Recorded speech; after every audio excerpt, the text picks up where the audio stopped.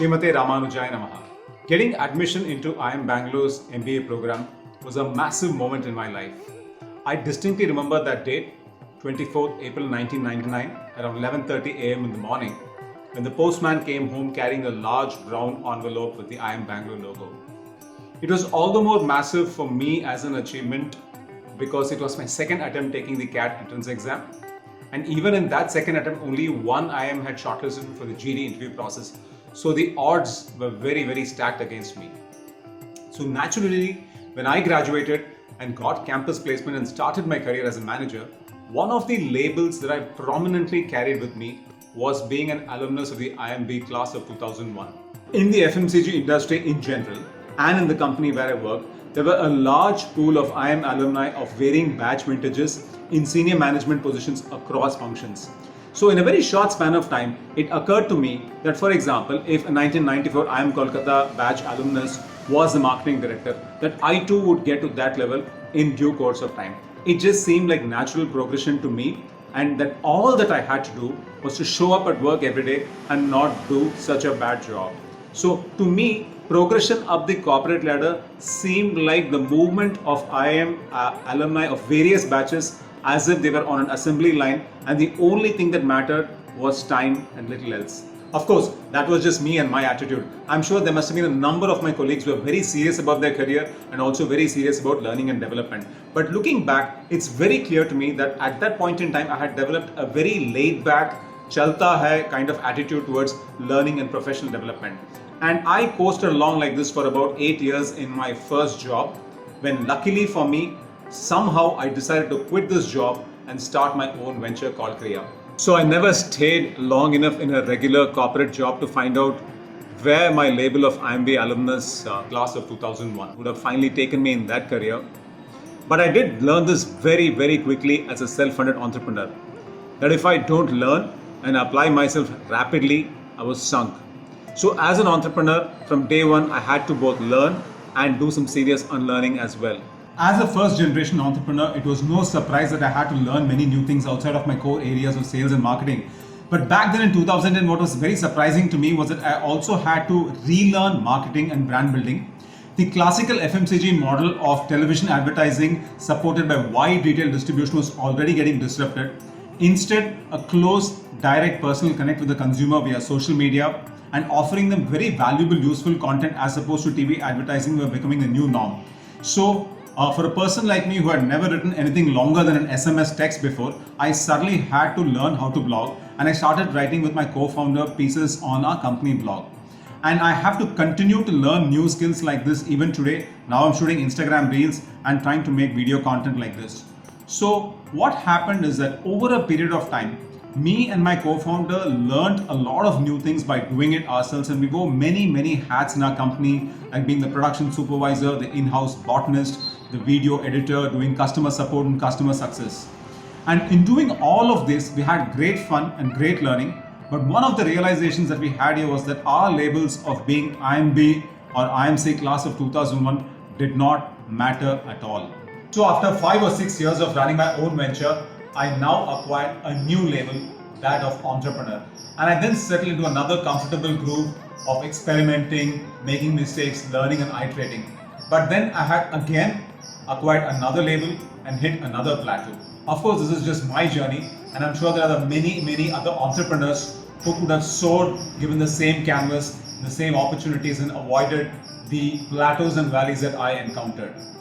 And it was around this time, about 4 years ago, that I started reconnecting deeply with my Sanatana Dharma roots, specifically the Sri Vaishnava Sampradaya. I started my study of the Sri Vaishnava Sampradaya by visiting temples, by going to a number of fabulous resources that were available online.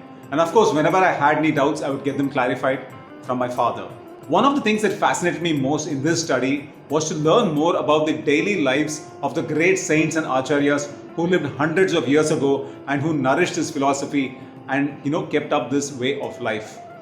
And as I read more about them and as I started immersing myself in this study, it occurred to me that this was not just something to be kept in a separate silo of spiritual development and work to be in a separate silo, or that this was not work to be just done in the evenings or in the weekends and free time.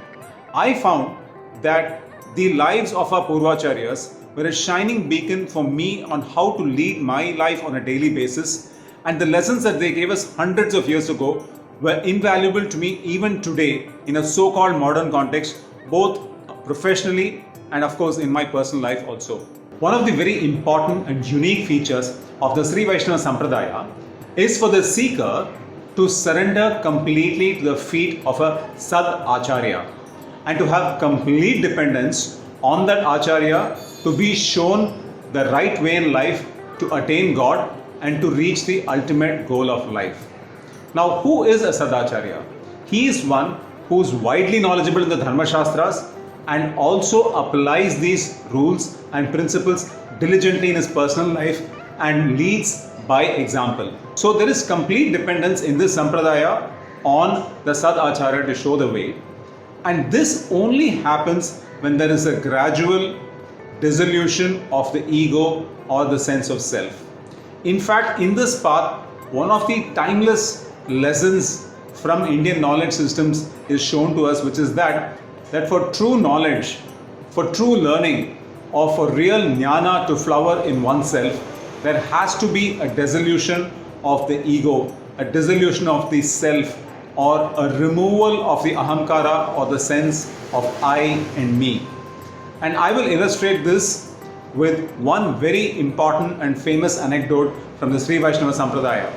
Around 900 years ago, in Tamil Nadu, in the holy temple town of Thiruvellarai near Trichy, there lived a great Sri Vaishnava Acharya named Yengal Alvan. Now, Swami Yengal Alvan was a great scholar, a very well-versed man, and he had helped scribe the latter parts of Swami Ramanujacharya's magnum opus, the Sri Bhashyam, which is a commentary on the Brahma Sutras. Now, there was a student named Varadan who wanted to learn this holy scripture, the Sri Bhashyam, from this master, and he lived in Kanchipuram. So he was advised by his grandfather to go and fall at the feet of this master, Swami Yengal Alvan, and learn the scripture. So Varadan travels from Kanchipuram to Thiruvellarai and knocks on the door of the master, and the voice from inside asks, "Who is it?" "It is I, Varadan," came the answer from the student, prospective student.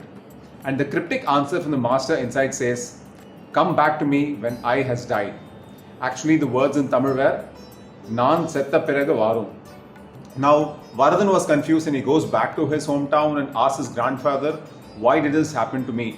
And the grandfather tells him that this great master is actually trying to evaluate whether you are ready to receive true knowledge, and that can only happen when you dissolve your sense of I, when you dissolve your ego, when you let go of your ahamkara, and he tells him to reply properly the next time.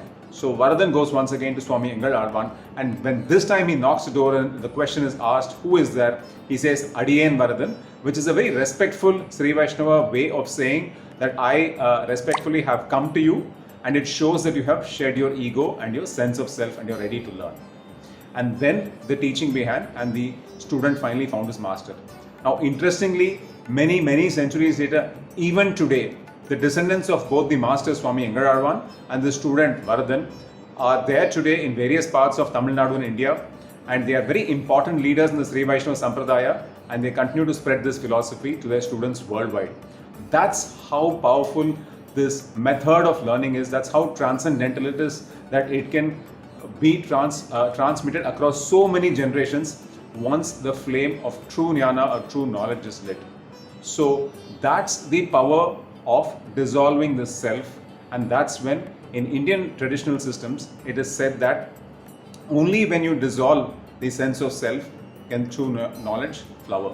Two important lessons emerge to me from this anecdote. One, that for true knowledge or jnana to flower in us, we have to dissolve the ego or the ahamkara or the sense of self.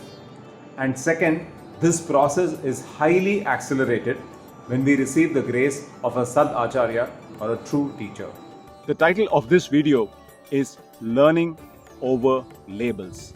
Now, in my experience so far, I have found that the best learning happens when we get rid of our ego, when we get rid of labels and dive headlong into the learning itself. For when we allow the ego to expand, we create artificial walls around us, and these artificial walls prevent us from receiving true knowledge or coming in contact with good teachers. Even in the corporate world, we can see that those great leaders, those who go very far in life, are those who are lifelong learners, and they have this capacity to learn from everyone and in every situation. Now, I do understand that on this dimension of learning without labels and in getting rid of the ego, I have a long way to go and a lot of progress to make. For example, last year when lockdown hit all of us, I too found myself with a lot of time on my hands, and I want to do some courses on social media marketing. And one of the most promising courses was being run by this 2014 IIM pass out, and I kept telling myself for a week, what could I possibly learn from her? She's just a kid. And then finally, when I got rid of my ego and signed up for the course, it was a really, really good decision. And the ROI from that course has been fantastic. Likewise, in office, there are many informal learning situations. For example, in our social media marketing teams, we have kids who are 22, 23, and they're constantly challenging me every day with fantastic ideas. And every day it's a struggle for me to get rid of my ego and just accept that they are right and that I'm wrong. So whether it is in office, in informal learning situations, or signing up for a course, or doing a formal study of the scripture like the Bhagavad Gita, it is when we get rid of labels, it's when we keep our ego aside, when we dissolve our ahamkara, that the best possible learning could happen. Now, I felt so strongly about the subject of learning over labels that I thought I would share it with you, even though I am a work in progress in this area as well. And I would like to end this video with a Dhyana Shlokam of Lord Sri Hayagriva, who is the very embodiment of true and perfect knowledge. Jnananandam ayam devam nirmala spatikakritim adharam sarva vidyanam hayagrivam upasmahe. Thank you for watching this video.